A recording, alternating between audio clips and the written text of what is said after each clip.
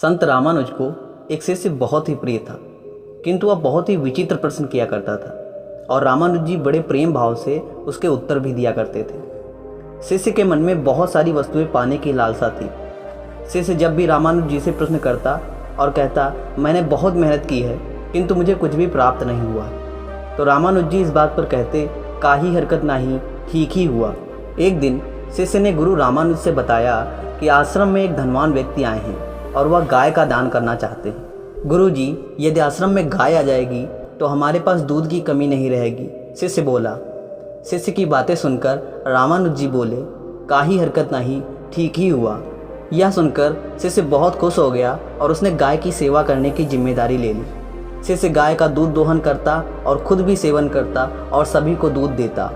एक दिन अचानक गाय बीमार हो गई और उसकी मृत्यु हो गई। शिष्य बहुत ही दुखी हो गया, अब तो दूध भी मिलना बंद हो गया था। शिष्य बहुत ही उदास मन से गुरु रामानुज के पास गया और बोला, गुरु जी, गाय मर गई। संत रामानुज बोले, कोई बात नहीं, जो भी हुआ ठीक ही हुआ। शिष्य सोचने लगा, एक तो मेरी गाय मर गई और ये कह रहे हैं जो भी हुआ ठीक ही हुआ। कुछ दिन बाद एक सेठ फिर से एक गाय दान कर गया। शिष्य ने रामानुज गुरु जी से कहा कि हमारे पास एक और नई गाय आ गई है, अब हम उसकी सेवा करेंगे और उसके दूध का सेवन किया करेंगे। संत रामानुज फिर से वही बात बोले, कोई बात नहीं, जो भी हुआ ठीक ही हुआ।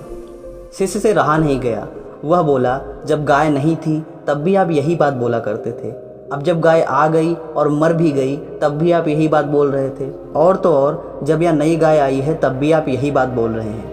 आप हर परिस्थिति में ऐसा क्यों बोलते रहते हैं? शिष्य के प्रश्न को सुनकर संत रामानुज मुस्कुरा कर बोले, पुत्र, हमारे जीवन में चाहे जैसी परिस्थितियाँ आ जाएं, चाहे वह अनुकूल हों या फिर प्रतिकूल हों, हमें खुद को उनके अनुसार ढालना चाहिए।